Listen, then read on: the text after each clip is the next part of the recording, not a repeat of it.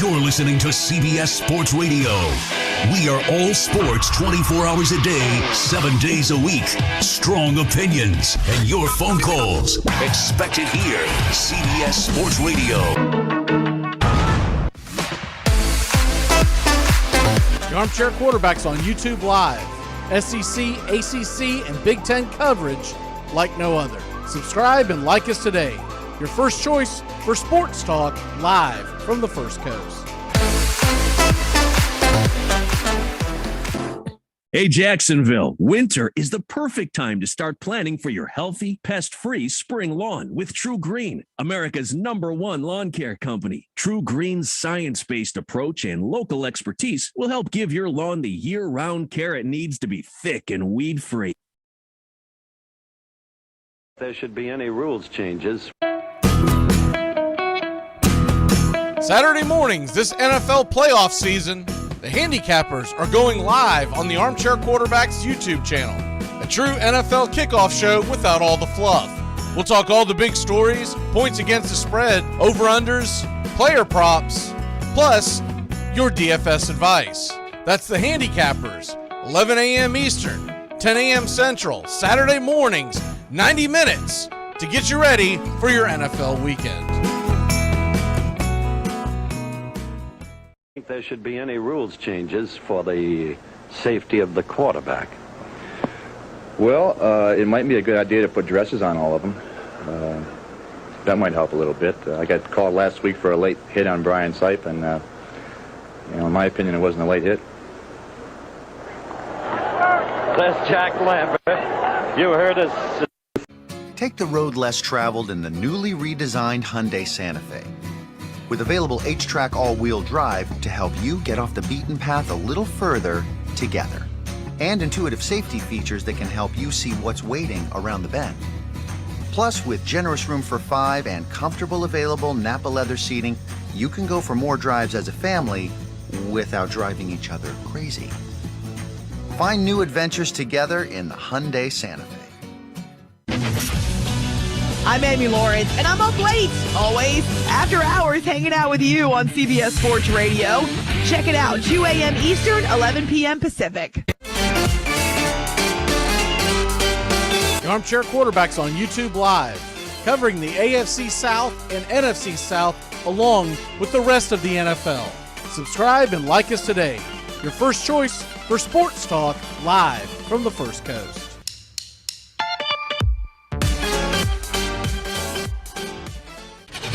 CBS Sports Radio, your home for all things sports 24 hours a day, 7 days a week, coast to coast. Great sports talk expected here. CBS Sports Radio. Enjoy sun-drenched days, epic stays, and plenty of room to roam in Greater Fort Lauderdale. Our hotels, attractions, and restaurants have taken the Visit Lauderdale's Safe and Clean pledge so you can relax and explore with confidence. When you're ready for that well-deserved staycation, our 23 miles of golden beaches await. Find wide-open spaces to hike, bike, kayak, and paddleboard. Visit your favorite attractions, then dine out in style in socially distanced dining rooms or al fresco on waterfront patios. Learn more at sunny.org.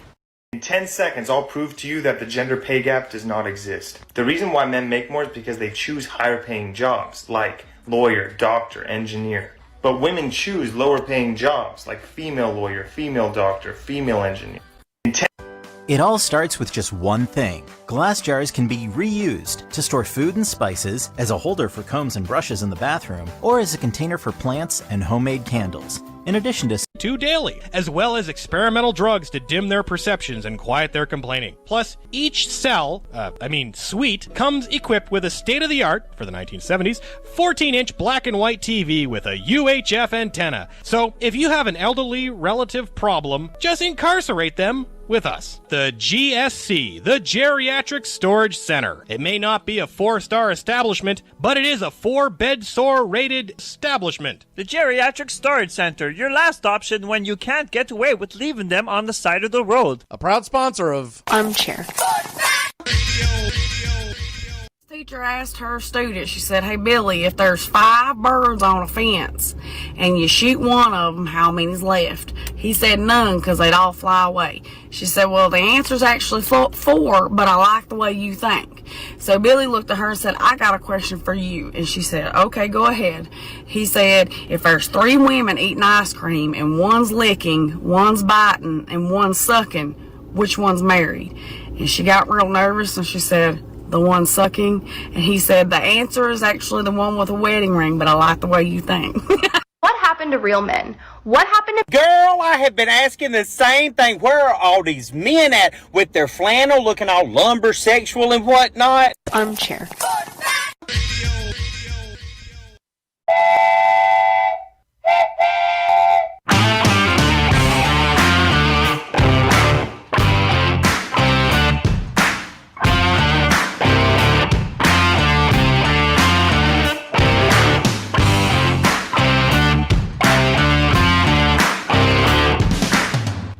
Welcome to the Handicappers, your Sunday morning kickoff show where we tackle your NFL lines out in the desert, a 61.2% win rate over the last 6 years. Against the spread, over under, money line, you name it. And we dive into the world of fantasy football, year long, and your DFS payouts.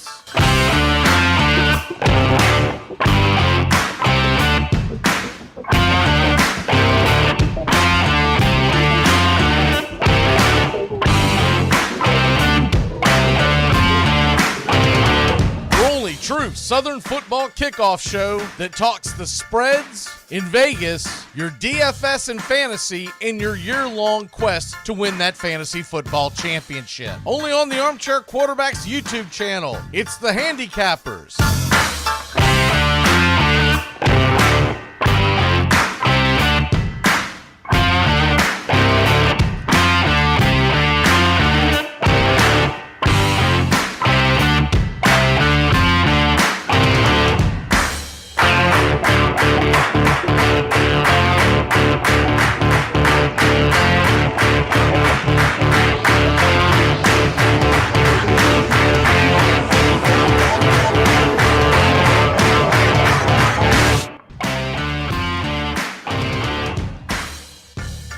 Welcoming in Bobby the Kid with Joey and Tones Areola with Stephen Troche and Sean O'Toole on the way with your host, Mac McGee. Welcome to the Handicappers.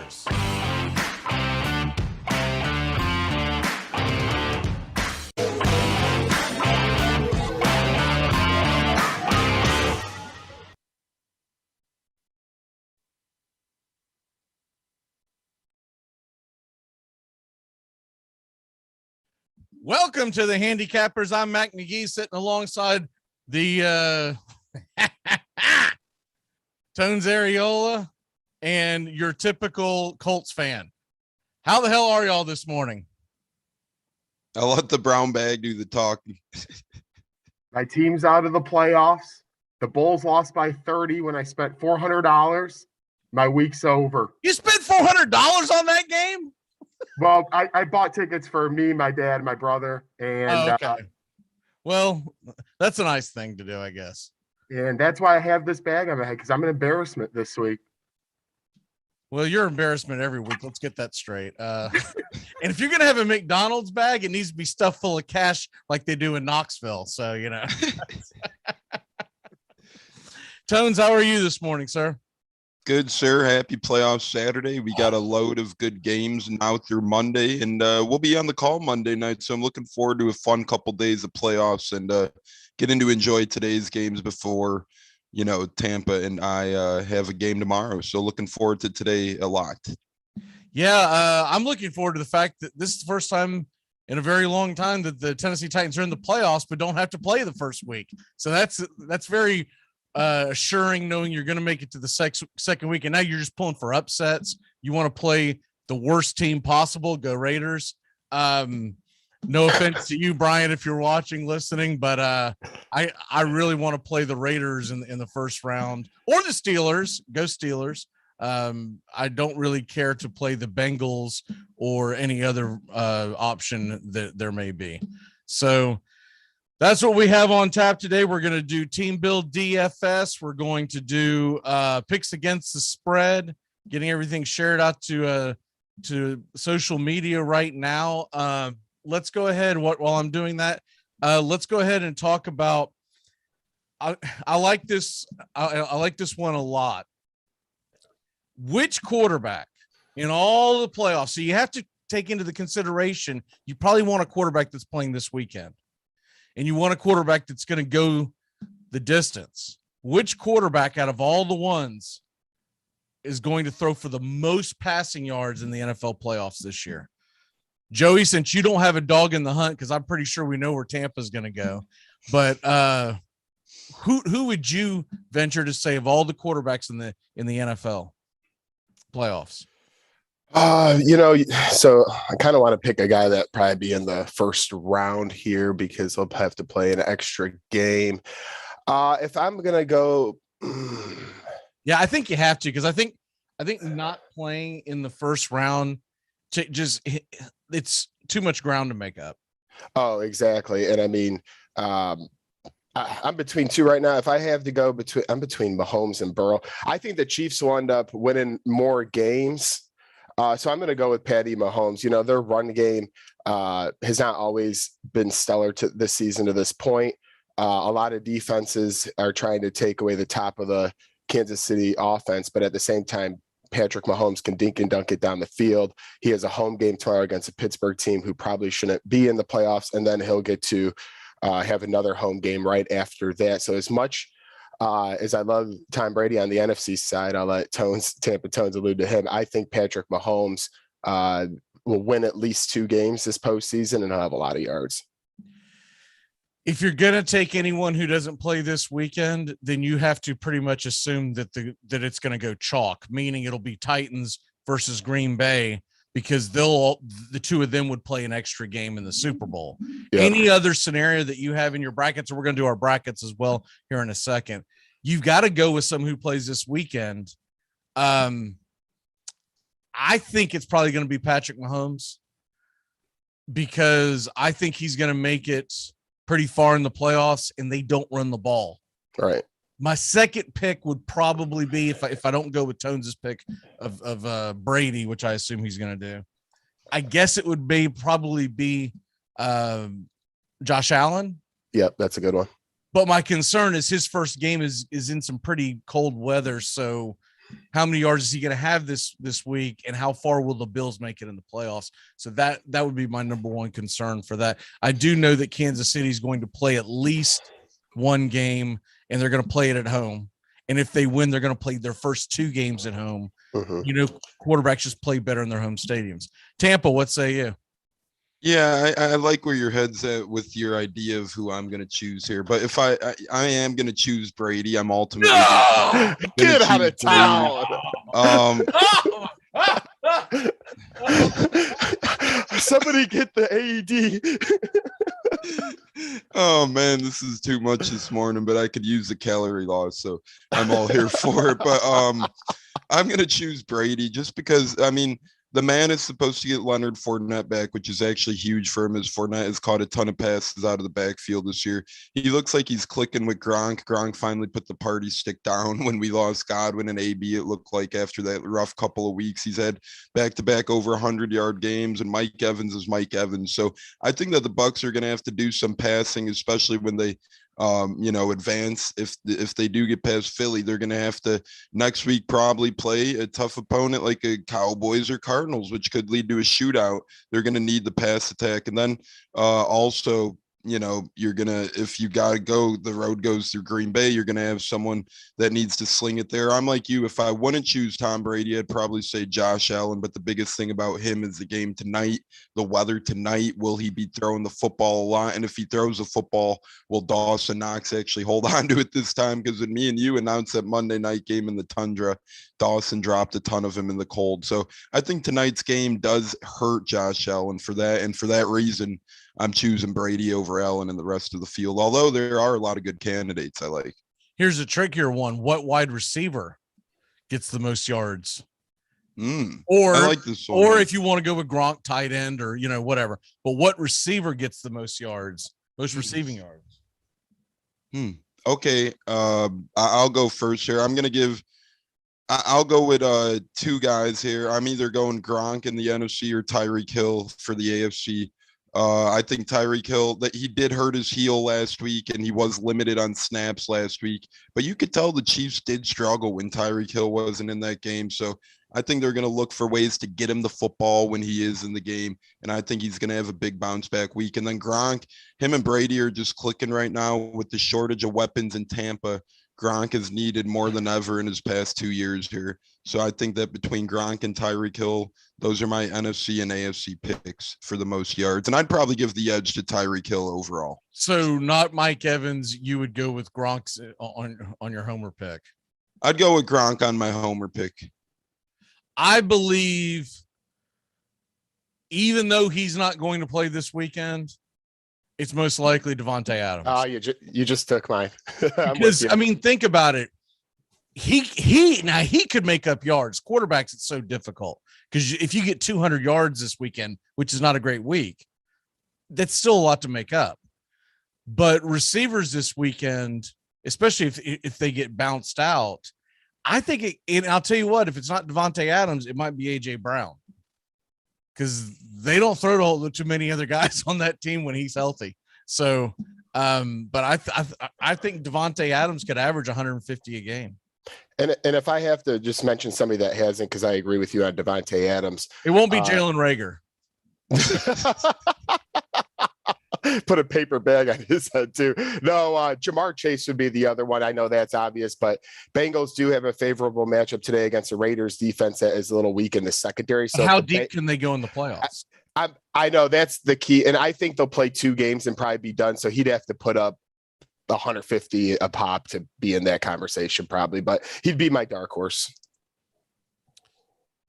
What about running backs? Who's the running back who's going to get the most yards throughout the entire NFL playoffs? We'll let Joey go with this one first. If I'm looking at Jonathan Taylor. Oh, I know. And believe me, get me all Carson Wentz was garbage. I told you that from the get-go. Hey, Russell Wilson, I'm putting a poster of him on my wall trying to get him next year. But anyways, sticking it to this season and the running game aligned, there is still a lot of good running backs left in this thing. I love how San Fran runs the ball, but I don't know how many games they're going to be alive to be able to do anything over the top. If I have to honestly take a running back, man, I want to say Derrick Henry almost, but I can't do that because I don't know where his exact physique will be at, but I know he's always in great shape. I'm going to go Aaron Jones, honestly, because I think if the Packers do make the Super Bowl this year, one big difference is going to have to be that man in the backfield. I know they got a nice backup in AJ Dillon, who's done a lot of things this season, but to me, the Packers have come up short a lot. And to beat a team like Tampa Bay later on, to beat teams that they might have to run into like the Rams, I think Aaron Jones is going to have to slice and dice and find his way in the end zone quite a few times. So I'll take Aaron Jones.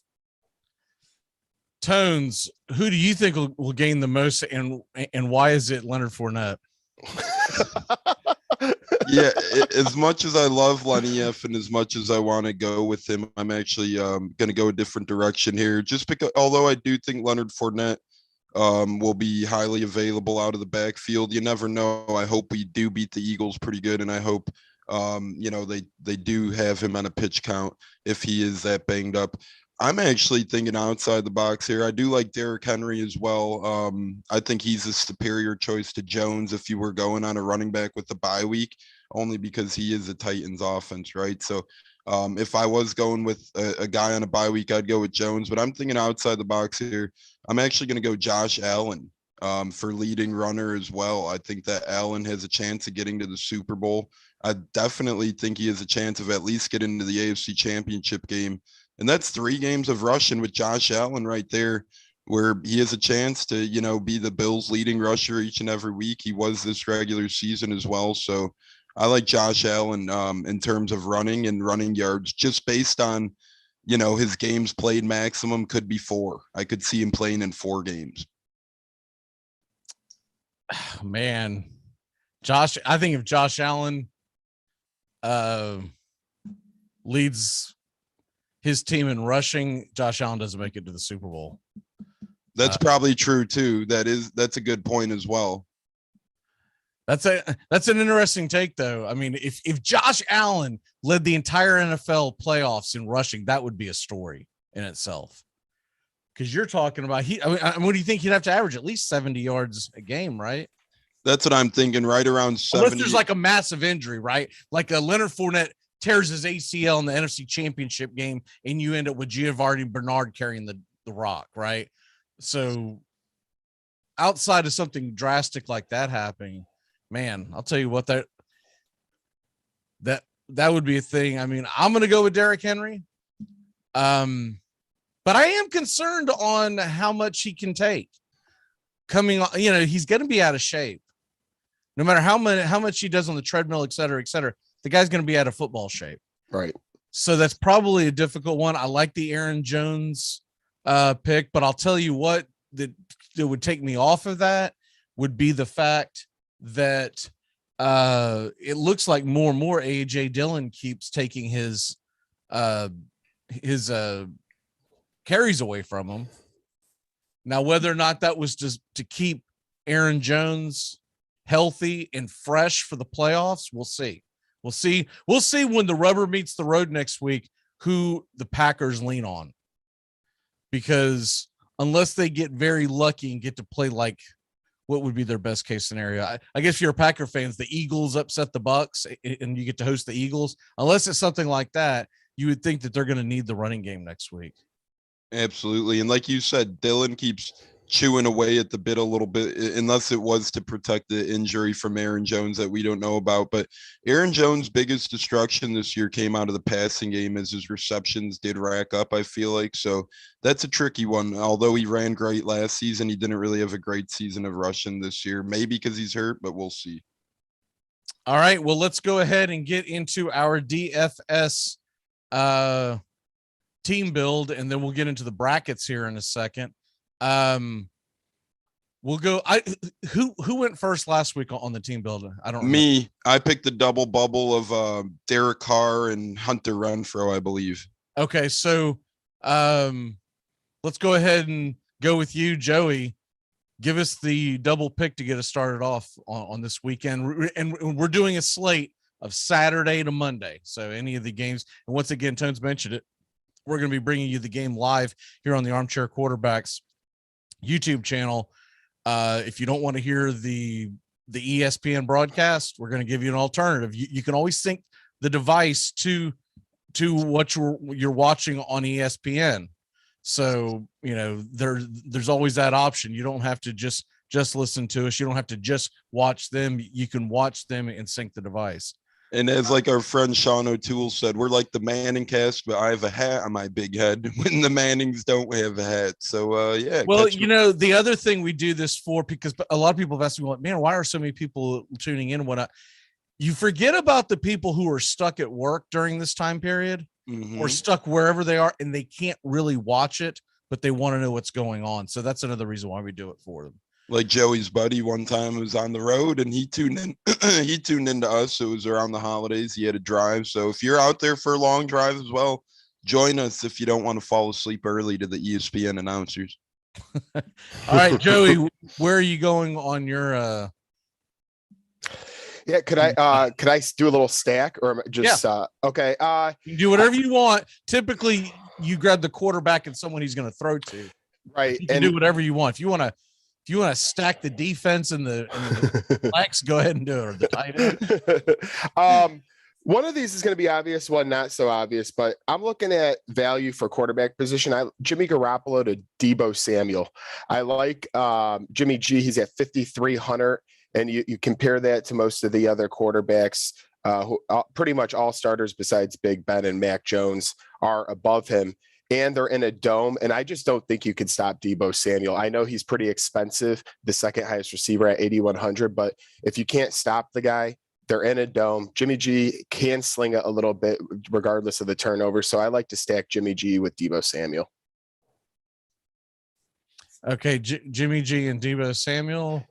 Yep, Jimmy G for 5,300 and Deebo for 81. Why the heck does Gardner Minshew cost more than 3 or 4 starters? Minshew's ahead of a handful of starters in the playoffs. Yeah, I see that. How much is Deebo again? 8,100 and Garoppolo 5,300. Debo Samuel. All right. Are you looking at the same thing I'm looking at? Because Debo Samuel's 7,900. Maybe I'm in. Did I enter the right one under draft? It could be 7,900. I thought I was in the classic. You are in DraftKings, right? Yep, I'm in DraftKings. I'm showing him at. I don't think the price would change. Gardner Minshew. You're saying why is Gardner Minshew above who? Jimmy Garoppolo and a couple other guys. He's not. Gardner Minshew's 5,100. My thing's showing a little different. I'm showing Debo 81 and. I don't know what y'all are in. Jimmy Garoppolo is 5,300. Yep. Gardner Minshew's 5,100. I'm in DraftKings Classic 16 matchup. And it says Minshew 5,600 for me. But anyway, regardless of that, if he's 79 or 81, I want Debo Samuel and Jimmy G. I'm going with what I've got here because I'm not quite sure where the disconnect is. I don't know if there's you would think. I mean, I've never seen where the prices are different, but who knows? Okay. So that will go to, I'll go ahead and take the second pick. So you took Garoppolo and Debo. Yep. And I feel like we've got to get the ground running on good value on running back right here and looking at it across the board. Actually, you know what? Let me go for our tight end. Because I think this matchup could pay big dividends because I expect the team to be from behind. They're going to be chucking it to them. Remember, you get 1 point every single point on a tight end. I'm going to take a Freiermuth for the Pittsburgh Steelers, 4,200. That saves quite a bit of hay, and that'll take it to Tones. I like that pick a lot, actually. I was thinking about taking him as tight end as well. I'm going to make it easy for us here. I'm actually going to go with the position that I normally get out of the way early for cheap money, but doing it a little different this time around. I'm going with defense, and on the defensive side of the ball, I know it is cliche, but I do like the Buccaneers defense for us. They are facing Jalen Hurts and a weaker passing game. I know they could run the ball, but to me, if the Bucs get a big enough lead, Hurts is going to have to pass. He's going to have opportunities to get sacked, maybe a fumble, maybe a pick six in the making. So give me Buccaneers defense for our defense. I think I know where I screwed up at. I think what happened? The Sunday game pick, because I'm looking at it. And now that we're on the defenses, I only have 6 teams available. So let me back out and find an actual. That's where I screwed up at. Okay. No worries. That's why last week I did the same thing, man. It's tricky. It is tricky. I was in the same spot last week. Well, so when you went into it, and it said classic, so that's what I just assumed. Right. I see what it is. There's a game ticker at the bottom. Well, it in parentheses, in very small parentheses off to the side that I couldn't see. Essentially, was there's a thing that says sun, but I had the thing expanded, so I didn't see it. Are you going to keep the I got another damn one that is nothing but Sunday. This is ridiculous. Buy me some time. I got to find it and not be talking while I find it. So no, that's okay. I think that I like the Samuel and Garoppolo pick that Joey made as well, though, if we're going to talk about that quickly. I think Debo Samuel, and it's kind of funny, they asked him what position he was yesterday, and I think he said running receiver or wide back or something like that because he's been getting so versatile in the passing game and running game. Everyone talked about Cordero Patterson this year, and he did have an amazing season as that running back wide receiver. But Debo Samuel's probably the best playmaker in all of football at this given time. And give Jimmy G credit, a guy that a lot of people had down in the dirt, a guy that a lot of people said Trey Lance should be starting over. Jimmy G came from 17 points behind last week and actually put up decent fantasy numbers in doing so. And I respect that pick. I think that Jimmy G. I mean, and what if he makes a Super Bowl again, right? A quarterback that nobody wants can make 2 Super Bowls in a few years.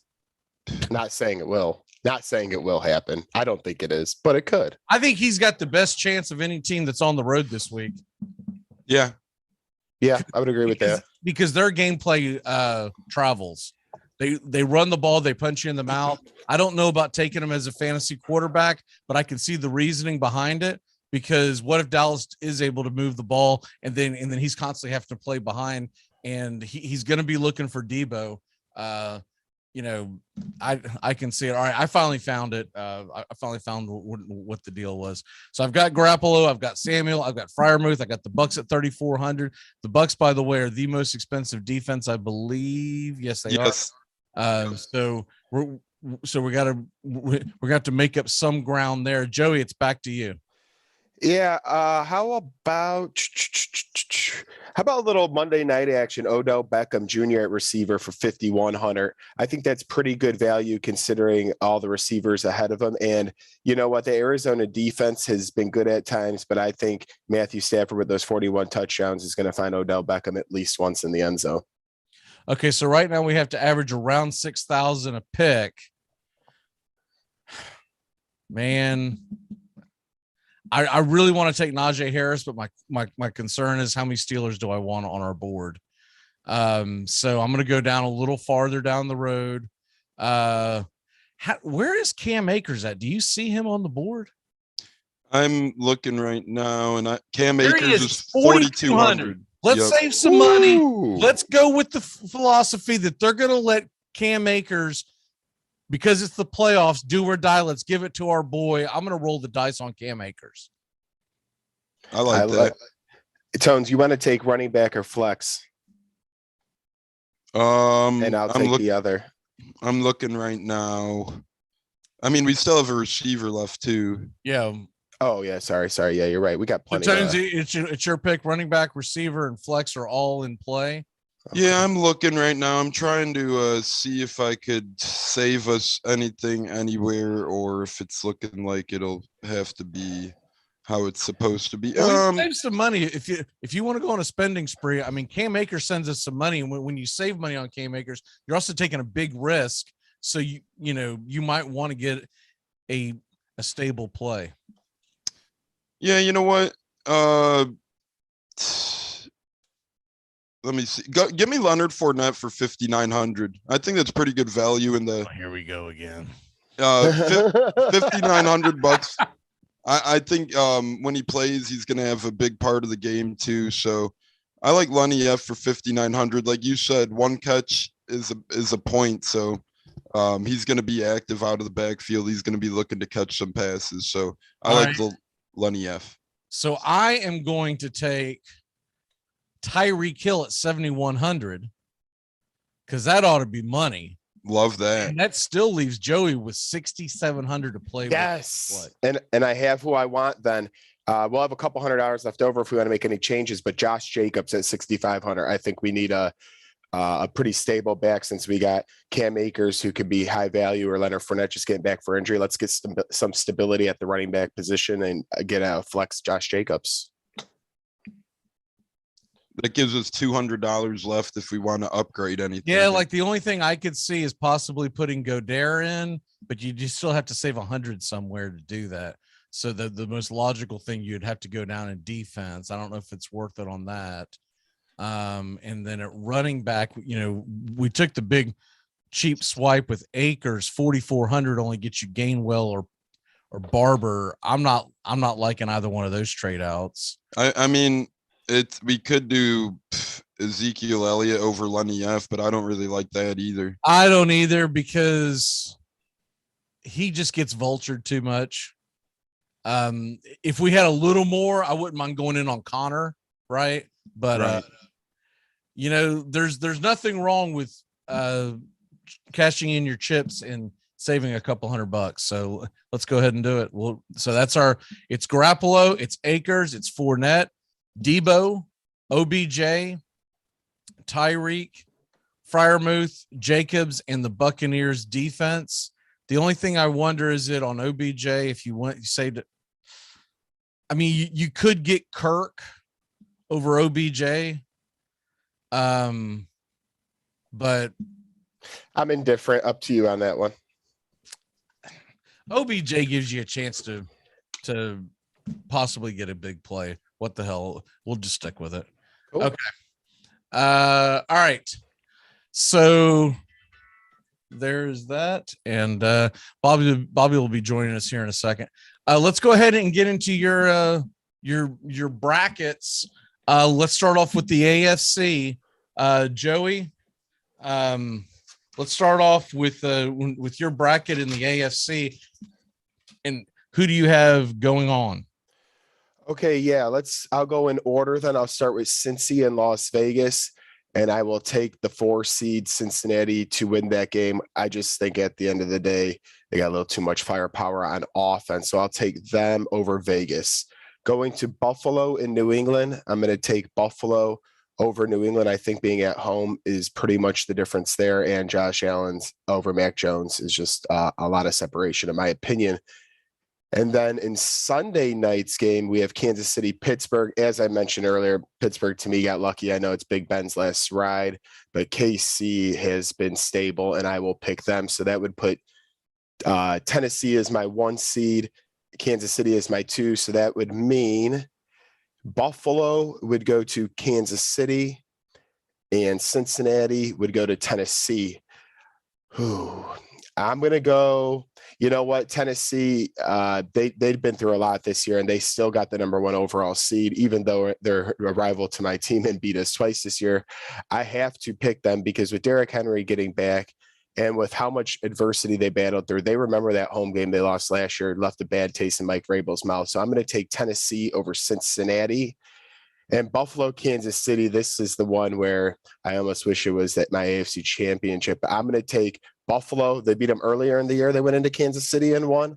I believe in weeks 1 through 4, they took care of that. I think they do it again. And my AFC championship would then be Buffalo at Tennessee, where I will have nobody circles the wagons like the Buffalo Bills representing the AFC over the Titans in the AFC championship game. So your bracket will be busted by around 11 o'clock tonight.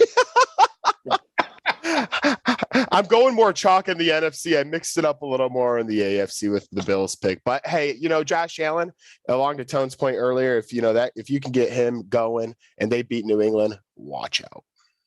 Welcome on to the show is Mr. Bobby. Bobby, are you ready for Monday night? I am. I don't got my hopes up too high, but I'm ready for whatever outcome it is, and I'm looking forward to a good game. How do you feel about a Monday night playoff game? First one ever, and your team's in it. The Cardinals haven't been terribly good on primetime games, so that's concerning. But we're playing on the road. We've been much better on the road this year than we have at home, so I have a little bit of hope for a win. But I'm not gonna go into it with too high of expectations. All right, Tones, what about your AFC bracket? What does it look like? Yeah, I got Raiders over Bengals actually in the first game of the day. I like the Raiders upsetting Cincinnati. Wow. I like what Rick. I watched all the pundits yesterday, all the national, your major national pundits. I didn't see one person other than her name's slipping my mind. One girl on the or lady on the NFL Network picked the Raiders. Everyone else is sweeping across the board with the Bengals, and I don't know if it's that cut and dry of a game. I think it's going to be a pretty good ball game. I think it's going to be a really good tussle. I think that Josh Jacobs is going to keep the Raiders in the football game. I think Derek Carr is going to keep the Raiders in the football game. And Vegas has overcame so much adversity this year. Rick Bisaccia has done a heck of a job. And to me, he should be named the head coach by the time the season ends, just by getting the Raiders to where they are to this point, especially with the roster breakdown that Mike Mayock and Gruden left them with. Geesh. But nonetheless, I like Raiders to win a close one. They escape Cincinnati. And that would make McGee a happy camper as I have them in a clash with the Titans down the road. But I got Raiders winning the first game of the AFC today. Like you said, no one's on them. I'm on them. I like Bills to beat New England tonight. I think that Patriots are kind of floundering a little bit lately, and Buffalo's kind of on the uptick a little bit lately. And I think that Josh Allen is going to perform a heck of a football game tonight. And, my preseason Super Bowl pick was Bills-Bucks, so I can't abort mission that early on the Buffalo Bills. I got to keep them going. I got them over New England. And I ultimately have Kansas City over Pittsburgh. Look, I think this game's closer than a lot of people think as well. I think Pittsburgh loses by less than 10 points in this one. I think Najee Harris has a good game. I think Big Ben goes down fighting. It's just not enough to keep up with Kansas City. I think Tyreek Hill explodes as well. I like Chiefs to move on there. And then I have Titans against Raiders and Chiefs against Bills. I like the Titans to knock off the Raiders, but I think that game's going to be closer than a lot of people would imagine as well. I imagine if the Raiders do move on and end up with the Titans, that spread will be pretty big. I like the Titans to move on, but I like the Raiders to play the Titans tough, but hard to pick against that Tennessee team. They're hard to figure out because they play down to their competition a little bit, the Titans, but it is playoff time. I see them putting on their big boy pants and taking down the Raiders. And then I got Bills over Chiefs. I just think, it's so hard to move on or make the Super Bowl 3 years in a row. And that's what the Chiefs are going for. Not saying they can't do it, but you need a lot of luck on your side. You need a lot to go your way. I think we see some blemishes from Mahomes this year, and I think those get exposed a little bit against Buffalo here. And then I ultimately have Bills, Titans in the AFC Championship, same as my brother, which is scary, probably not a good sign, but we'll go with it anyways.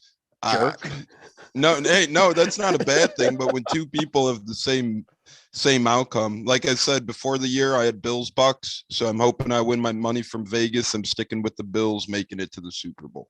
I've predicted them 2 years in a row now to make the Super Bowl. They didn't make it on me last year. It's now or never for them. If they don't make it this year, they're going to lose a couple coordinators. Their team might, look a little different heading into next year. I really think it's now or never for Buffalo. It's never. Okay. I remember the 90s where everyone predicted the Buffalo Bills 4 consecutive years to win the Super Bowl, and it never happened. All right, now to the NFC, let's go back to Joey. Joey, what you got?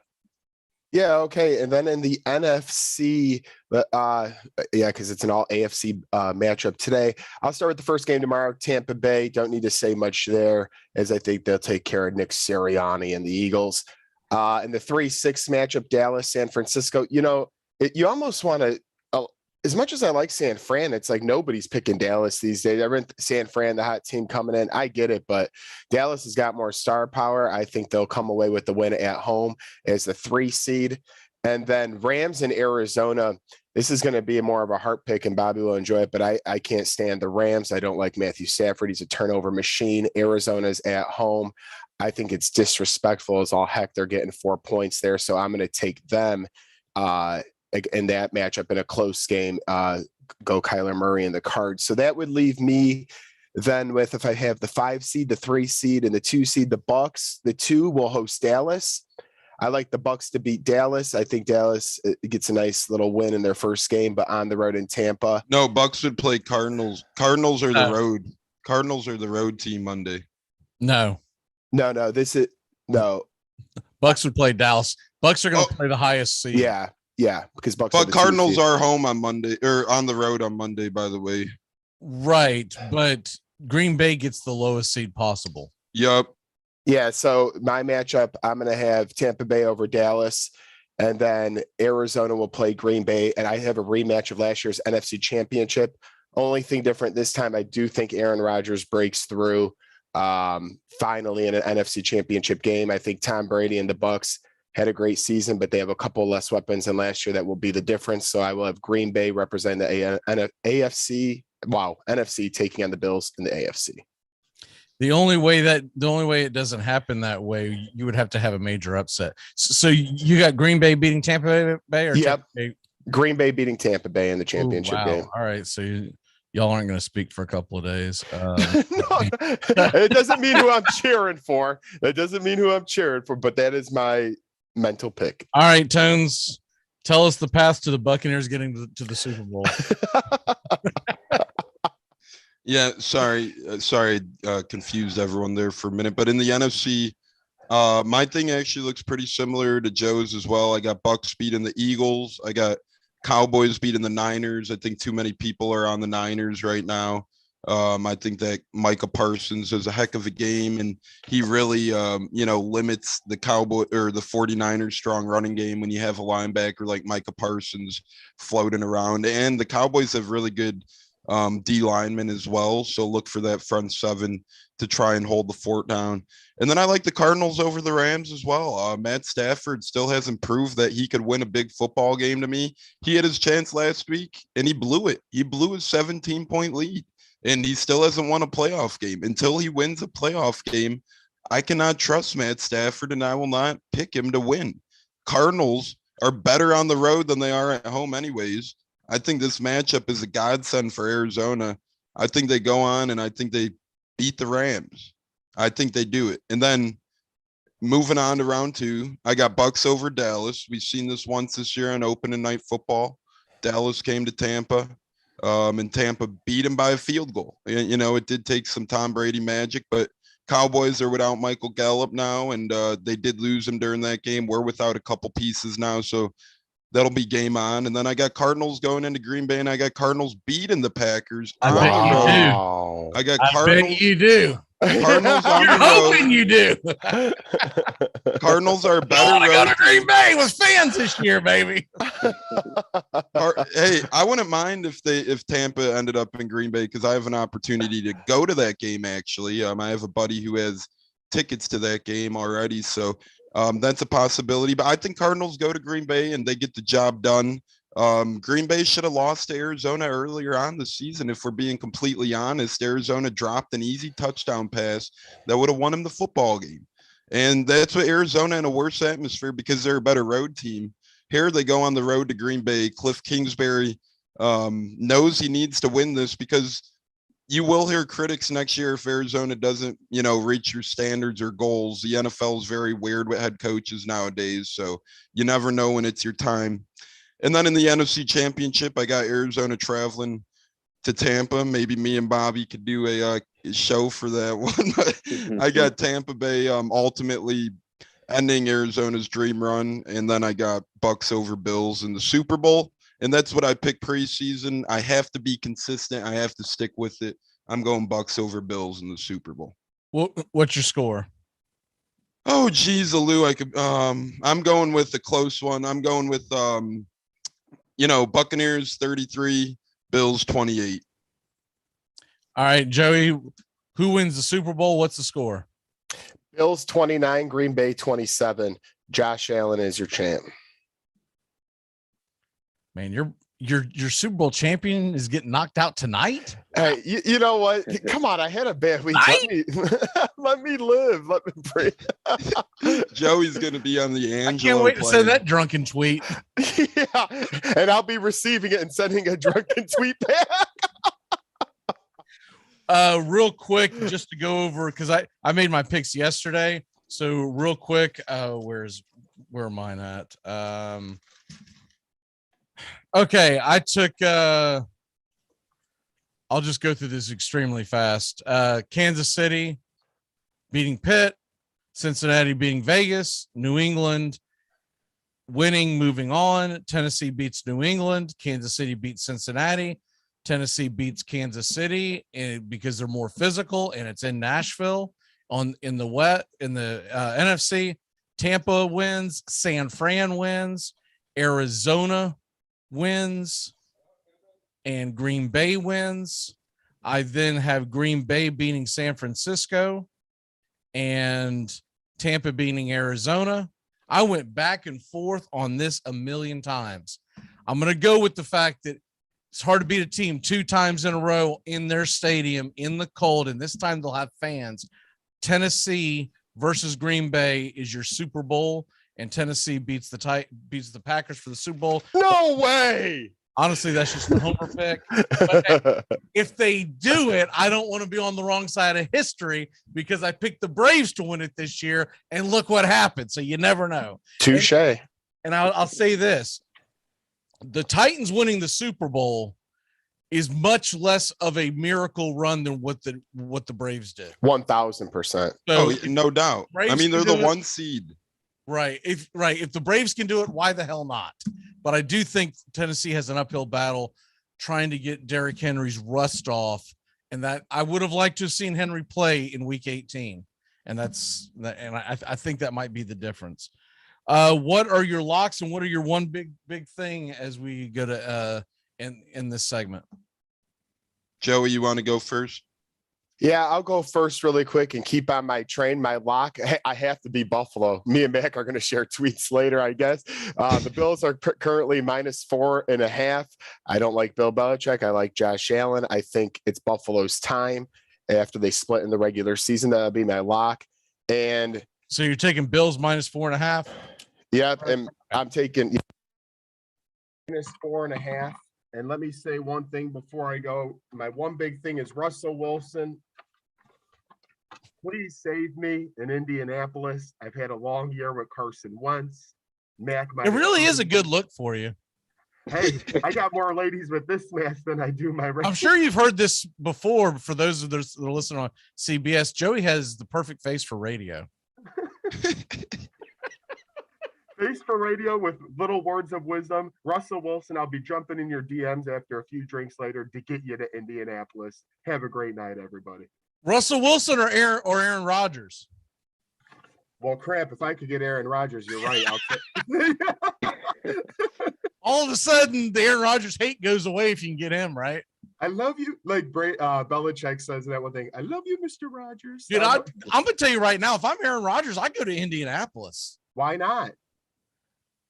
Of all the teams that are out there? You get to play in a dome. Get Jonathan Taylor.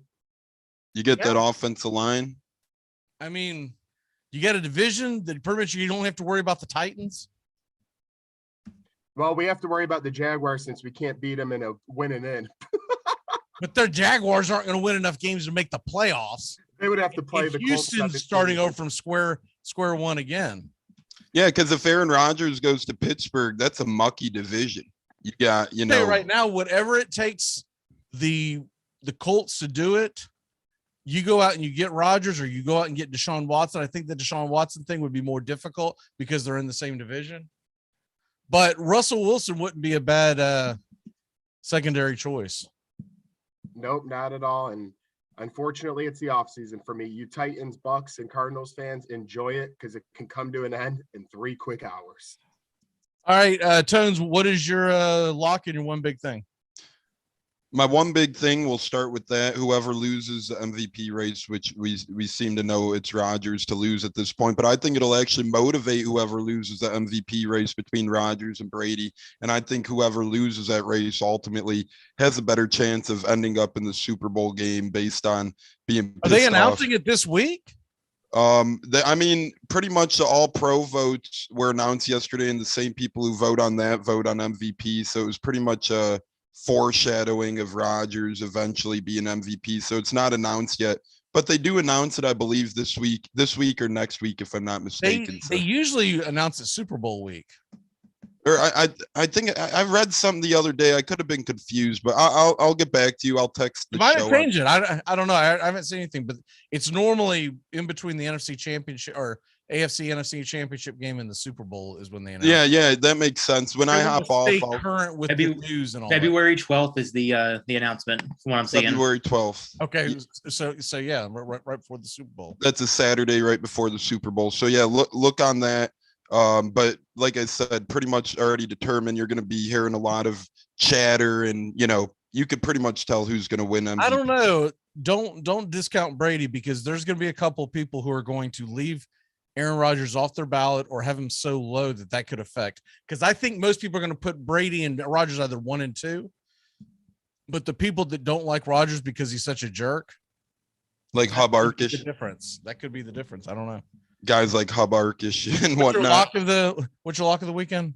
My lock of the weekend in straight games, I like the Raiders +6 a lot today. I think that's a lot of points to be getting. I know that Cincinnati's been looking a little good, but I like the 6 points, that's losing by a field goal. You're still covering easy. And this ain't my lock, but one prop I do love as well. Gronk over 58.5 receiving yards. The Eagles have the worst linebacker core in the league against tight ends. They've let up the most yards to tight ends this year in the NFL. And I think Gronk missed the first game against the Eagles.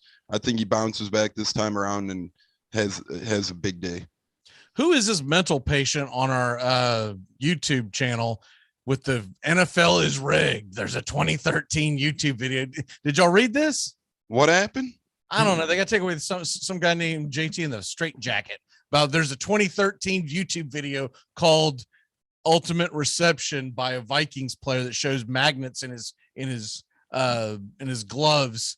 And that's how people are making catches. Oh my, this guy's saying it's like the WWE. You know how, okay, it's easy to fix WWE, right? Right. You've got a couple of people that you're dealing with.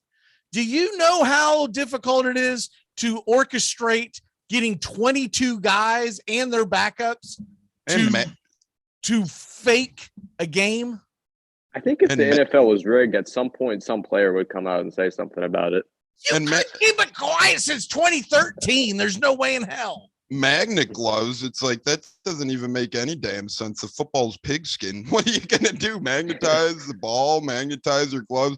The ball's gonna be sticking to parts of your helmet and whatnot. That's just ridiculous. You could convince me more that basketball was rigged because the ball's going towards a magnetic metal rim, right? Hell, even NHL. It's like football's the least sport. Jesus. There's too many moving parts. Yeah, Maybe that's how they made the helmet catch. I thought about deleting the comment, but it's much easier to just laugh at it. It's bulletin board material for you fellas in half number 2. So that's like, what the hell are we talking about? Oh man, now there's gonna be a report that comes out. He took the Colts on the money line. He's pissed off. Is this Joey's fake account? It says JT. It could be Jonathan Taylor or Joey Taylor. Yeah. You never know. Maybe it is Jonathan Taylor. All right, brother. We'll see you. We'll see you Monday night. Yes, sir. Looking forward to Monday night. Bobby, good luck. I think you won't need it, but good luck. And stay more cognitive than JT, fellas. I appreciate the fun show. I think Joey's arguing with himself because he chimed in and said JT is a clown. And then he said, hey, stop that. I got to get out of here now. All right. Let's go ahead and dive into our next segment here. Bringing Steven on to the show. Sean is getting called into coaching duties, he told me. So his son, I think it's basketball, is having a game today and was planning on doing the show via radio or via phone where we wouldn't see his face on the YouTube channel. And last minute, one of the coaches didn't show up, so Sean's going to go there and muck up his son's chance at winning a ball game today. So he's got a bunch of young kids. He's going to be trying to teach them the triangle press. Head coach is going to be like, "Would you just stop? We play man to man. Just stop." No, man. I'm telling you, I can see Sean already with the towel, like Tark chewing on it on the sideline.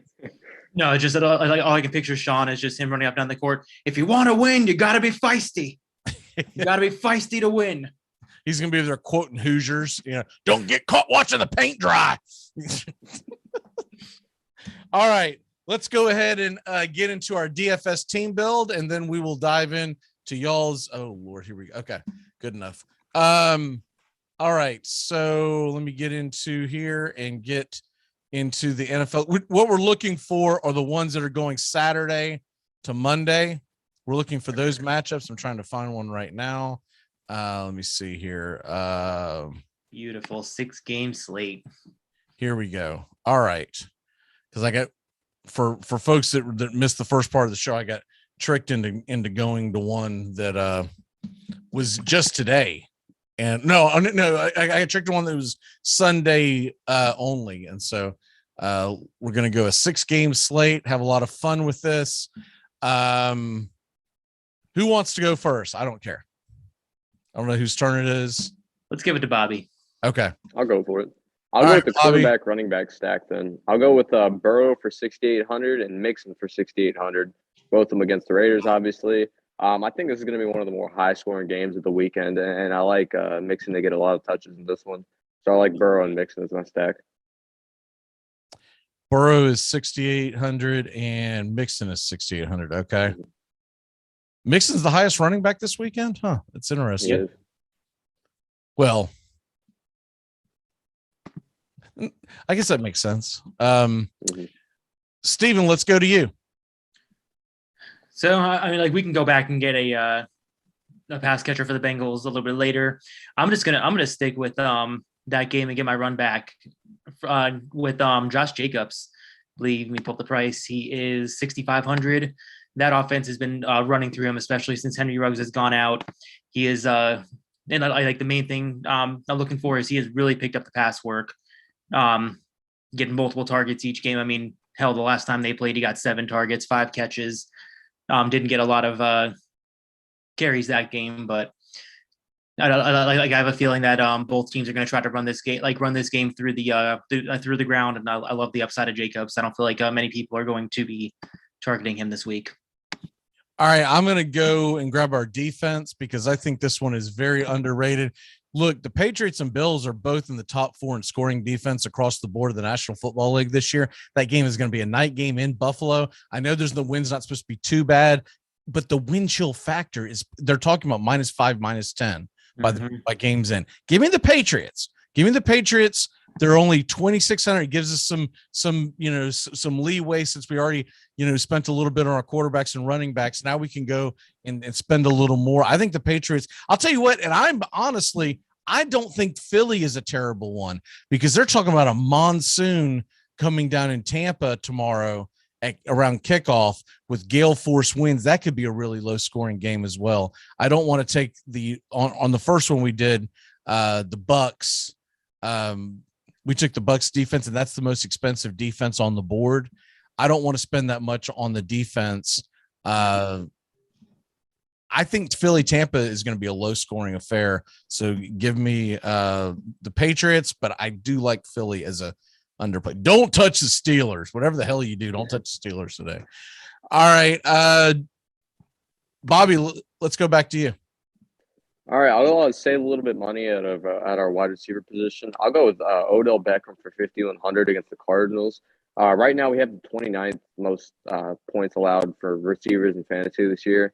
And Odell, he had a great game against us last time. I think he'll have that again. I think he'll see quite a few targets, maybe get in the end zone on Monday night. But I like Odell Beckham for 5,100. That's interesting. We took him in the first one as well. And that, Steven, that goes back to you right now. We've got 22-2 remaining, so around 5,500 for folks that are trying to keep up at home. Where are you going? All right, so I'm going to go receiver here. I am going to be taking I'm going to have a lot of pieces in this Dallas-San Francisco game. You got Dallas at home. I'm going to lock in Amari Cooper at 5,900. I feel like the field's going to be leaning towards CeeDee Lamb, and he just he's $300 cheap. Cooper is $300 cheaper than Lamb, and just always tears it up at home. And like his home away splits are just astronomical. He is I love the upside. I love the matchup on the inside. Just give me all the Amari Cooper this weekend. All right, I'm going to do another swing for the fences on a cheap guy. Once again, put him in our flex. Cam Akers is 4,200. Played a few games. If Cam Akers goes out and does relatively well, I don't expect him to moon and stars relatively well. He's going to be worth the 4,200 because you're going to be able to make up for it in the other guys. So that'll leave us with 6,000 to play with across the board for the rest. So that goes back to Bobby. We haven't done our tight end, right? We got tight end and receiver left. Correct. I'll go a little bit more expensive for tight end. I'll go with Gronk for 6,400 against the Eagles. They're 31st against tight ends in fantasy this year, and I think Gronk's going to have a big game. Him and Brady, they have that connection, especially in the playoffs. I just think this is a big game for Gronk on Sunday. Speaking of that, curiosity, because this is just for everyone who's out there trying to fill out their lineup. Waller's sitting at 5,700. Do we think that they lean on him a little more today than what they have after since he's come back from his injury, or are you scared off by him? I'm scared. No, I'm the only reason that scares me off of Waller is that defenses have just double and triple teamed him. Like they are doing everything in their power to make sure he does not get the ball. Bobby? Yeah, I'm with him on that. I don't think Waller's been seeing as many touches. Obviously, because he's injured, but before that, he just wasn't seeing as many targets as he was before because defenses are focusing heavy on stopping him, and I think that's going to continue. Another cheap one that I do like is Freiermuth at 4,200 because I think they're going to be playing from behind. And look, the fact that you get the PPR points to me is just enormous. Bobby, that leaves you, I believe, or is it Steven with the last? To me with the last pick. Okay, yeah, sorry. All right, so we got 5,700 left for a receiver. I'm going to go. I'm going to go for the upside here. Christian Kirk at 5,300. He kind of bombed out last week with 6 points, but he's had double-digit points like in the previous 4 weeks. He is the deep target in that offense, and like Kyler Murray in Arizona, they're going to need to pull out all the stops to beat the Rams at home, and that involves getting Christian Kirk as involved as possible. So that is going to leave us the remainder salary of 400. I think usually the common sense one is to go with defense if you want to spend. So we could change out the Patriots with Bengals, Cardinals, Raiders, 49ers, Rams, and then, of course, Eagles and Steelers, who are cheaper. Does anyone like any of those better? I'm confident with the Patriots. Okay. Overall, Patriots are not the spot I would update. Would you want to upgrade anywhere else for 400? Not for 400, but if you wanted to make a change, I don't mind the Freiermuth, considering what you were saying about the weather in Tampa. Mm-hmm. That's fair. So if you went Freiermuth, how much did I say he was? 42. We would have 6,800 if assuming you took out Akers. So 6,800 would get you what for your flex?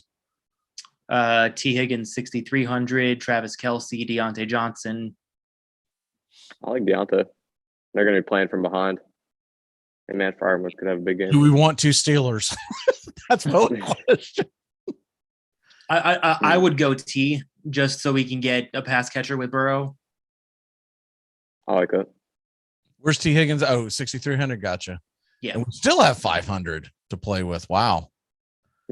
And I mean, plus, like this is a 6-game slate. Like it is perfectly fine to leave money on the table. I mean, I'm going to have plenty of lineups where I have $1,000, $1,500 left. Out of curiosity, see if there's anything we could do.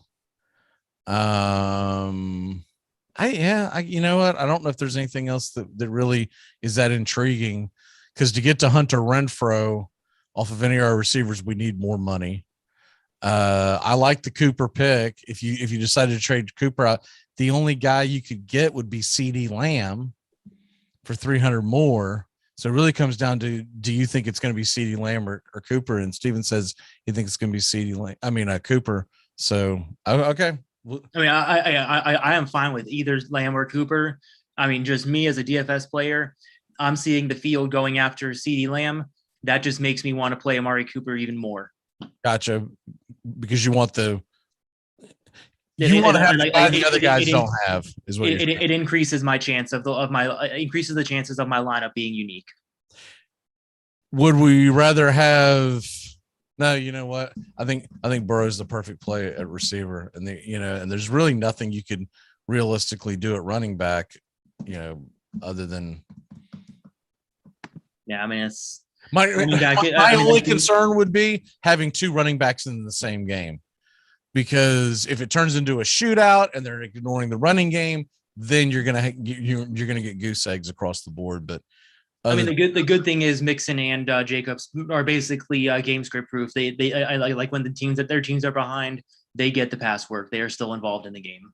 All right, so that's what we'll finish with: Burrow, Mixon, Jacobs, Beckham Jr., Cooper, Kirk, Freiermuth, Higgins, and the Patriots defense with 500 to spare. So do that with what you want, y'all, and you can also play around and slide people in and out and give you multiple chances to win. All right, let's go into your NFL playoff brackets, because we've had some interesting matchups so far. Doug is taking Green Bay to win. Carr took Tampa Bay to win. I took Tennessee to win, but of course that was a homer pick. And Tones took Tampa to win, and of course that's a homer pick. Joey took the Buffalo Bills to win the Super Bowl, and that of course is a Colts fans pick, so you got to be wary of that. Zing. Okay, let's go ahead and start. So what we'll do is both y'all will give me your AFC, and then both y'all give me your NFC, and then we'll do the Super Bowl. So Bobby, we'll start with you. Who are you taking this weekend to move on? All right, we'll start off with the obvious matchup. I got the Chiefs over the Steelers.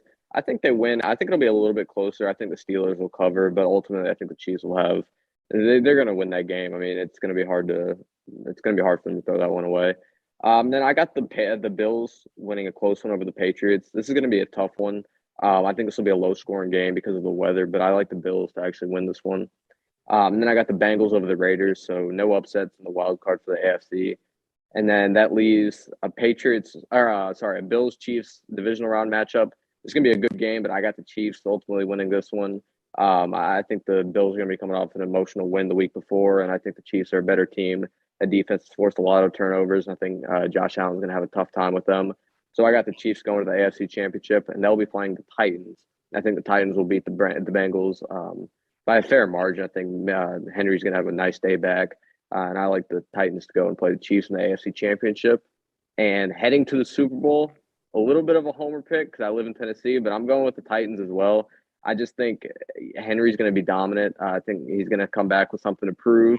And I think that Titans team they played great even through all the injuries they have, and now they're finally getting healthy. I just don't see anybody stopping the Titans this year, so I got them going to the Super Bowl representing the AFC. Does Mike Vrabel win Coach of the Year this year? Finally? It's been up and down this year. Or does the Raiders coach the Coach of the Year leader? But I think it's either going to be Vrabel, like you mentioned, or the Raiders interim coach. I think with all the kind of adversity he's fought through and still willed his team to the playoffs, I think he'd be a good candidate. But I think Vrabel's probably going to win it. Can the Raiders fire him after he's won Coach of the Year? That's the other. I don't think you can.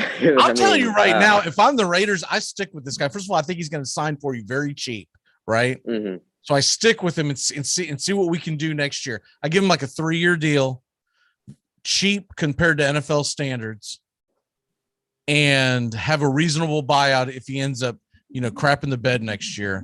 But if I'm the Raiders, I don't get in this mess because there's not really a big name coach out there, and there's now that they've fired all the people that they fired in the adding Houston into it, was there 8 teams that need a head coach? I don't think I want to get in the middle of that circus because the best case scenario is you start the coaching search on Monday, right? Yeah. And you're behind everybody else. I stick with the guy. I think he earned it. I agree. And keep that entire staff together. Do you see Gruden is being groomed for possible assistant coaching positions? I'd be shocked if he gets back in the NFL. I would too. I saw it on the bottom line. I was like, wait a minute, is that John Gruden or is that his brother? I was like, no, it's John Gruden. I was Why would he even want to come back as an assistant? Why would anyone want to sign it? I think it's too soon. I think, if he comes back, it's years down the line. But the media, I'm pretty sure Outkick the Coverage will give him some kind of media job. Who ends up who would hire him over anybody? It would be the Panthers and that disaster that's going on. All right, Steven, give me your AFC. AFC, I mean, Chiefs, like starting at the top of the bracket, Chiefs, Steelers. I mean, I like Big Ben and in what will be his farewell game, essentially. I mean, he even came out during the press conferences this week and he was just like, yeah, they're going to beat the crap out of us. I mean, I don't know what else to say, but he thinks he's playing a mental game, but I think they'll make it a little bit interesting in the first half, but it'll be like one of those college games where the starters may be equal, but you see that the better team has their second and third stringers are way better than the rest. I think Chiefs run away with that game. Bills Patriots. I think the Bills can take that one at home, not because the Patriots are the worst, a bad team. I just think Mac Jones is still a little bit too inexperienced and won't be able to handle that frigid North. Bengals Raiders. I think Bengals are going to come out on top there. The Raiders could be that team of destiny. They played their ass off last week against the Chargers to even get to this spot. I don't know if they'll have much left in the tank, but we have seen it time and time again across all sports. There is just that one team every year that ends up being a Cinderella story. And I mean, if we've seen anything, if they can make it this far, the Raiders are the Chiefs' kryptonite. So, I mean, I think the Bengals will go on, but if the Raiders survive this matchup, things may get very interesting in the AFC. And then, so following round, I think Titans are going to take care of business against the Bengals at home. They have just been too good of a team all year. They get Derrick Henry back, and that Bengals run defense is not what it was in the first half of the season. I don't think they'll or many other teams will be able to stop them. And then, once again, I think the Chiefs will be able to handle business against the Bills at home. I still think the Bills are a couple, one or two pieces away from being able to truly compete in this division. And then into the AFC title game, I think the Chiefs are going to pull off the upset against the Titans. They are, they are still pissed from last year, just getting embarrassed in the Super Bowl by the Bucs. They want to get back there. They want to prove that the 2019 season was no fluke, and they want to win this championship. All right, Bobby, what about your NFC? All right, we'll start at the top with Cardinals Rams, and I said there wasn't any upsets going to be going on in the AFC wild card, but you know what? I'm gonna stick with everybody in the first slate. I'm gonna go with the Cardinals. I have to pick my team here. I think this will be a close game, but ultimately, I just don't trust Stafford in the playoffs, like Tones mentioned. He hasn't really proved it yet. He hasn't proved he can win big games. So I got the Cardinals moving on to the divisional round. And then San Francisco, Dallas, another upset. I think San Francisco is going to get it done. I think they're going to be dominant on the ground. Elijah Mitchell is going to have a big game. And I think the 49ers will pull out a close one. I like this game a lot. And then Eagles, Bucks. I think this will be a closer game. Weather aside, I just think the Eagles, they already kept it close when they played them earlier this year. But I think the Eagles they're a solid team, and I think they'll at least keep it close. But the Bucks are going to win that one. And then we got, let's see, that'll set up Packers, 49ers. I think the Packers will handle business pretty easily. The 49ers aren't going to have some miracle run. I think the Packers are going to cut that short and head to the NFC Championship.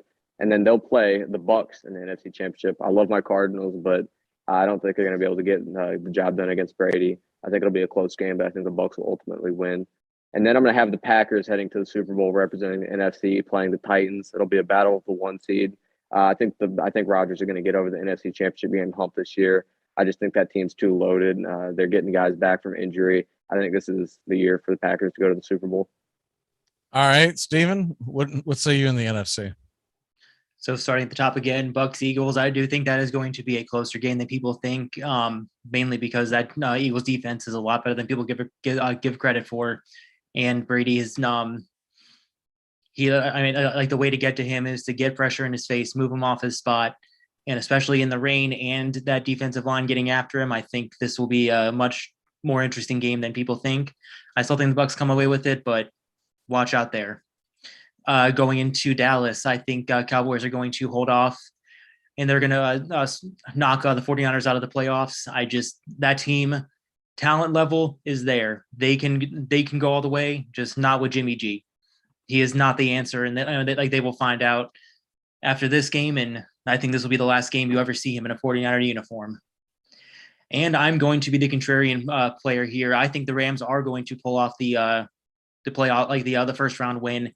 This season in general is Super Bowl win or bust for the Rams. They brought Stafford in for a reason. They bought Von Miller, Odell Beckham. They brought everyone in. They are going for it all, and to lose in the first round at home to a division rival would just be the nail in the coffin for one of the most disappointing seasons of all time. So I am going to pick the Rams to win that one. Going into the next round, I think they will fall in Green Bay though. Packers are just too good of a team, and you mentioned Bobby. You mentioned they're getting players back. It's not just they are getting players; they are getting All-Pro left tackle David Bakhtiari. They are getting Zadarius Smith, who was like an All-Pro linebacker. You got to they finished 13-4, number one seed, 13-14, getting two All-Pros back, having one of the best quarterbacks of NFL history. They are going to be truly tough to beat, especially in Lambeau. We've seen Stafford in Lambeau how many times as a Lion? It's just it's not going to end well. So I think Packers take that one. And then between the Bucks and the Cowboys, I think the Bucks take that one just going on the road for the Cowboys. I don't think they'll be able to match what Tampa Bay has at home.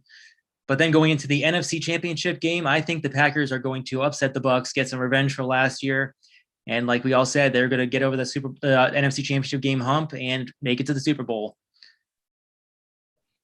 All right. So, Bobby, you got Tennessee versus Green Bay. Trosh has Kansas City versus Green Bay.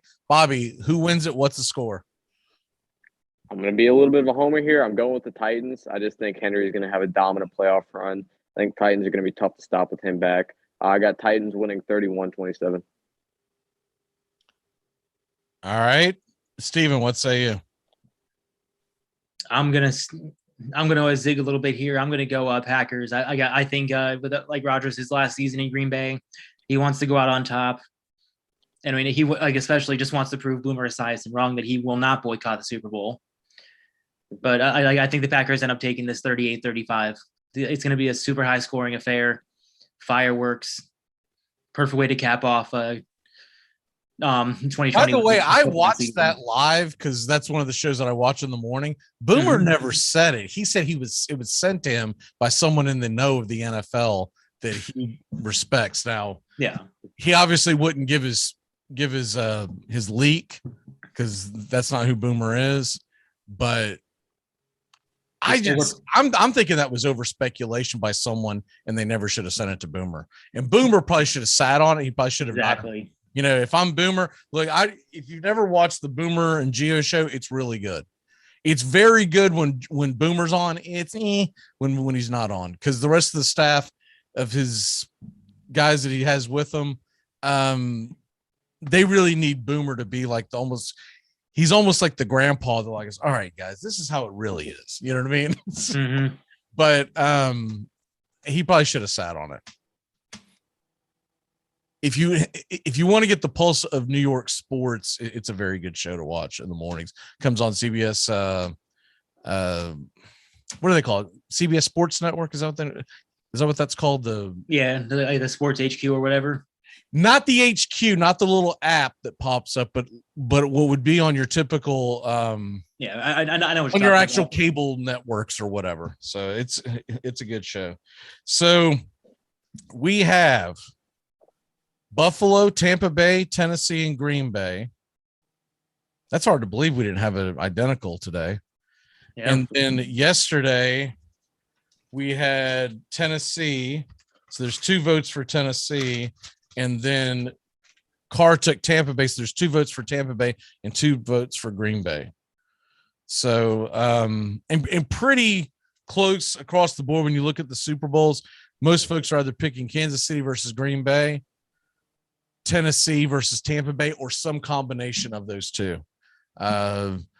Joey's the only one that took, I think, a pretty wild look. I know Buffalo is a 3 seed, but I feel like they've played some bad football in big spots. And because they're not going to be a home team, I have a hard time taking Buffalo to go very far. They might win tonight. I'm pulling for New England because I'm pulling for Mac Jones. I'd like to see him get a W. I have much more vested interest in pulling for the Raiders and pulling for the Steelers because I want to see the Titans play a pile of crap next week. Because if they don't play the Steelers or they don't play the Raiders, the Titans have as good a chance as anyone of losing next week. And that's coming from a Titans fan. And now that we gave all our predictions, what we're going to get is a Battle of Los Angeles Super Bowl, Raiders-Rams. That would be fun too. I mean, it's Vegas, but still they've got a fan base there. Like everyone older than Bobby knows. They are truly Los Angeles Raiders. I'll go ahead and say it because I'm sure this is something Sean O'Toole would have said. Bobby, are you going to watch because you said you're really into the Dallas game tomorrow. Are you going to watch it on CBS or will you be watching the Nickelodeon feed? I might watch the Nickelodeon feed just to see if anything crazy happens. Why not? Last year, I put them both on. I'll tell you what, I didn't listen to the Nickelodeon feed because it's terrible. Like you're talking about terrible. Yeah. They have I forget his name. The guy that's on NFL Network in the morning. Nate Burleson. Yeah, Burleson. Yeah. He's I don't know who he's doing it with. I just heard that he's doing. I don't know. I'm assuming it's someone else from the NFL Network that they'll just pay to come over. But it was terrible broadcasting. and they had kids in the booth too. I mean, it was. Yeah. But it's interesting to just put the screen on if you listen to the other game. See what the kids are watching. And just watch all the slime and all that other junk. Yeah, I think they should do it more often during the regular season for the kids. Mm-hmm. Pick one game a week. Yeah, pick one game a week and have the kids do it. Mm-hmm. If they don't jump on it, I guarantee you, ESPN ends up stealing the idea before it's all said and done. All right. So we've done the DFS team build. We've done the brackets, and I'm going to pose this to y'all because I posed it to the other guys. I'm kind of curious about what your thoughts will be. Which quarterback finishes the NFL playoffs, all the NFL playoffs, with the most passing yards when it's all said and done? Bobby, I'll start with you. Ooh, that's a tough call. I'll go with Brady. I think he led the league in passing yards this year. But on top of that, I mean, he's probably going to be playing in the most games. With my prediction, he's going to the NFC Championship at least, which gives him 3 games playing in. And obviously the 2 Super Bowl teams I have, both of the quarterbacks are going to be on bye, so they're also going to be playing in only 3 games. So I'll go with Brady. Steven? I'm going Rodgers. I mean, Brady would be my pick, but that I like just that weather is scaring me. I don't think they're going to want Brady throwing a lot, and I like especially in that kind of weather condition, they're just going to ride out the running game. But yeah, I mean, I love the upside for Rodgers there. They're going to need to score a lot of points to stay in the playoff hunt. I would be hedging my bet and taking Mahomes, but that's only if I had already bet the Titans to make it to the Super Bowl. Because I figure one of those 2 teams are going to the Super Bowl. Yeah. And if the Titans don't go, that means that the Chiefs are most likely going. And I feel like they can't run the ball, and they're not going to have CEH this week either. So they're essentially not even going to try to run the ball. They'll hand off a few times to Gore and dump it off to Williams. But I would probably go with Mahomes just because he's going to play that extra. If it ends up being Mahomes versus Rodgers, Mahomes gets the extra game, and that's really difficult to make up for. The Brady thing, what would concern me with that, let's say it's Brady versus Mahomes. Brady might get the most passing yards in the Super Bowl because the Bucs might beat him again. But can he overcome the fact that his first game is going to be in a monsoon and Mahomes' first game is going to be against the Steelers? Yeah. True. Next one is who would have the most receiving yards in all the NFL? Got to go with Devontae, right? Devontae Adams. I feel like that's probably the safest pick. Maybe Tyreek can explode for a few games.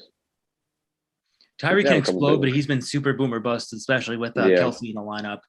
I'm gonna stick with what's been working this season and just go with Cooper Kupp, the safe pick.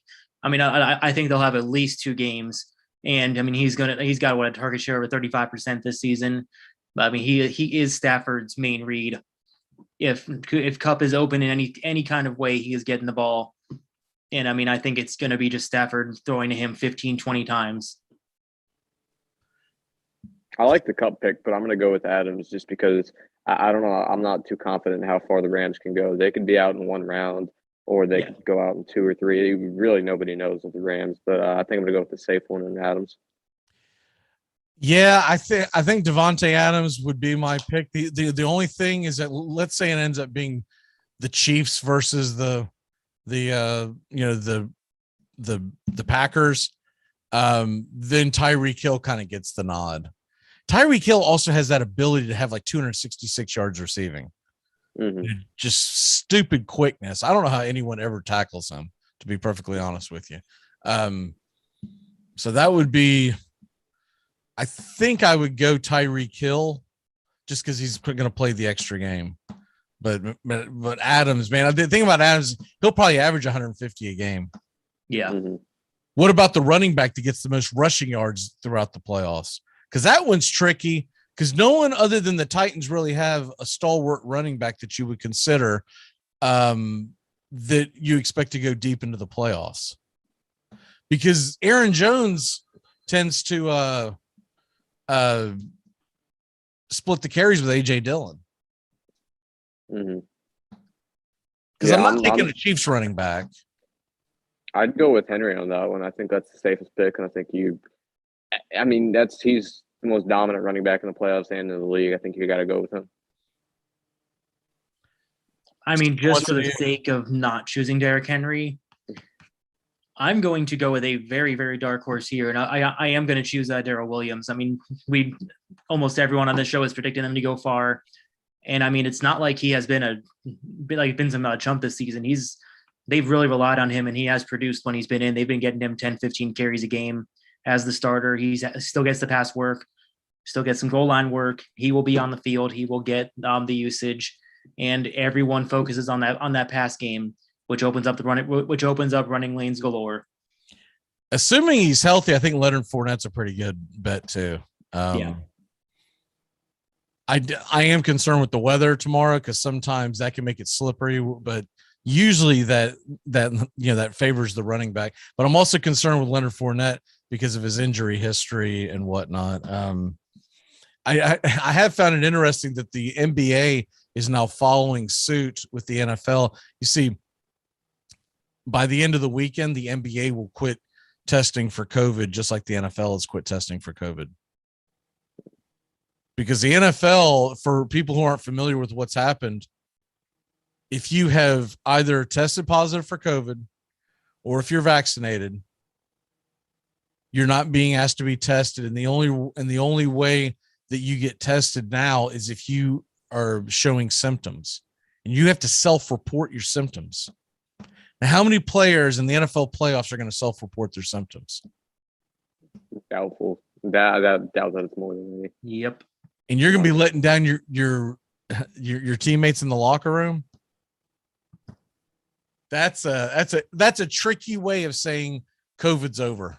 That is a really tricky way of saying COVID's over, because all the new, no matter what strand that you want to talk about, they have such mild symptoms that no one looks at them as life-threatening at this point. And that's the way for the NFL to say COVID's over, and the NBA is now following suit. Because the NBA, if you remember a few weeks ago, they were having all kinds of issues. A few weeks ago? Yeah. You mean like every single night still? Well, yeah, but it's been tapering off because so many of them have already tested positive that now they're like, all right, well, you can't test this guy, you can't test that guy. I wonder how long it's going to be before New York lifts their mandate to have Kyrie Irving allowed to be playing in the stadium. I think the Nets will start taking fines to play him. Well, that's the other thing that I saw is that there's been a rumor that they'll start fining them, but the fines they're talking about doing are minuscule. Mm-hmm. Because if they start hitting them with every single fine left with all the home games for the Nets home games, someone did the calculations, it would be a total of about $100,000. What the hell is that to a NBA team? That's nothing. Yeah. They could fine Kyrie. I'll pay your $5,000. And they might even wait till the playoffs to do it, honestly. I think they might do that. I could see them. Well, do you want to do that, or do you want to go ahead and start getting the fines now so that the roar from the crowd, from the from the public isn't focusing on that when you going into the playoffs? I almost rip the Band-Aid off and let everyone who's going to be against that scream to the high heavens for the next couple of weeks, and then by the time you get to what was it, April or May that they start the playoffs, it'll be over. Yeah. All right, let's go ahead and get into our locks and our one big thing. Bobby, I guess we'll start with you. All right, my lock of the weekend, I got Eagles +8 against the Bucks. Because of the weather, I could see this being low scoring, but I also think the Eagles are just going to keep it close. The Bucks are a lot more banged up than they were last time they met, and that game was still close. So I think the Eagles are going to keep it within 8. Then my one big thing, I'm going to say the 49ers, they pull off the big upset of Wild Card Weekend. I think they beat the Cowboys on the road. Steven, what say you? So my lock of the week, I'm going to go I'm going to go over on that first game we got going on, Raiders Bengals. I'm seeing the number currently at 48.5. I mean, the Raiders are just decimated. They're going to be tired, and Bengals coming in off of full week of rest, essentially a bye week for them, without like being able to rest all their starters. I think they're going to come out firing at home. They're going to put up a lot of points, and I think, like Derek Carr will still be able to keep them in it, score a little bit, but I don't think it'll be close. But that just equals points, and 48.5 is not too hard of a number to reach. All right, so I'll go ahead. So I gave so many locks yesterday. I'm going to give you all a teaser lock this morning. Give me the Tampa Bay Philadelphia under, along with the New England Buffalo under on a tease.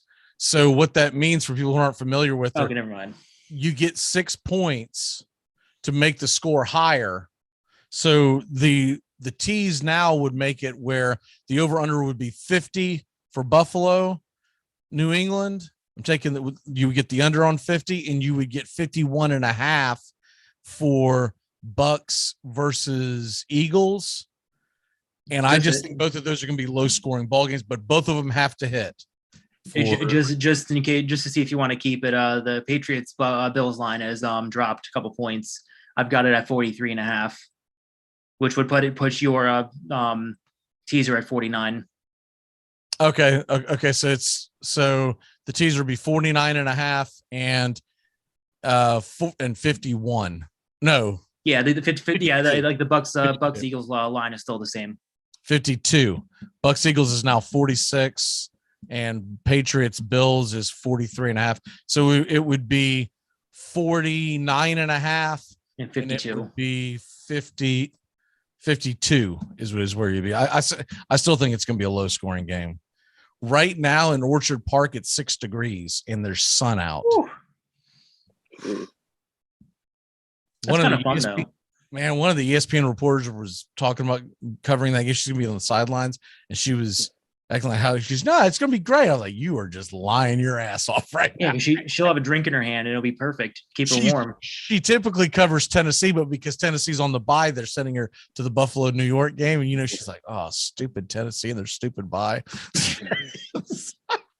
If it's anything like that first game, we did that game here on YouTube. The wind was so bad they couldn't throw the ball. Now, I don't think it's going to be quite that bad. They are saying gusts up to 15 miles an hour. That's not terrible. They're not expecting wind to be a big factor. But, man, can you imagine? It's around 0 degrees, and you get smacked in the face with 15. You know what eventually starts happening is that people start wanting to quit. Mm-hmm. You get if one of these teams gets an early lead, the other team's going to want to quit. I always thought it was weird, though. I always hear them try to say that, oh, well, the first thing you want to do is you want to quit tackling so the score gets up higher. And I don't, man, wouldn't you want to tackle? That's going to make you a little warmer to me. Yeah. God bless. Anything to get the blood going. All right. Well, that'll do it for us for today. Great job by everybody, as we will be back next week. And it'll be same time, same channel, and hopefully we don't all look like dumbasses. I mean, I'm sure a couple of these outcomes is going to is going to destroy at least one of our brackets. But my prediction is Joey's bracket gets destroyed by midnight tonight. Well, I know my Super Bowl picks are safe at least this week. So yeah, exactly. Well, that's another reason why. Well, that's right. Another reason why I went with Tennessee and Green Bay. I was like, you know what? Either way, neither one of those teams lose this weekend, because I was on the fence for so long between Tennessee, Kansas City, and Green Bay and Tampa Bay. Mm-hmm. And I want Tampa, but I'm going to be pulling for Tampa because I would love to see a Tennessee Tampa Bay Super Bowl. It'd be great, but man, you got to go into Green Bay 2 years in a row, and this time they'll have fans. And I just checked the weather for next week. Whoever has to go to Green Bay, right now it's being predicted for 3 degrees. I read Rodgers is a lot smiling. different than Tampa weather, and it's never not windy in Green Bay. Mm-hmm. Yeah, you know Rodgers, man. After that game, win or lose, they keep saying how he's going to leave. He is looking for warm weather wherever the hell he's going. Mm-hmm. San Fran's going to need a new quarterback. Saints need a new quarterback. Colts need a new quarterback. The Giants will continue to need a new quarterback because nobody wants to go there right now. All right. Great job, guys. We'll see everyone next week.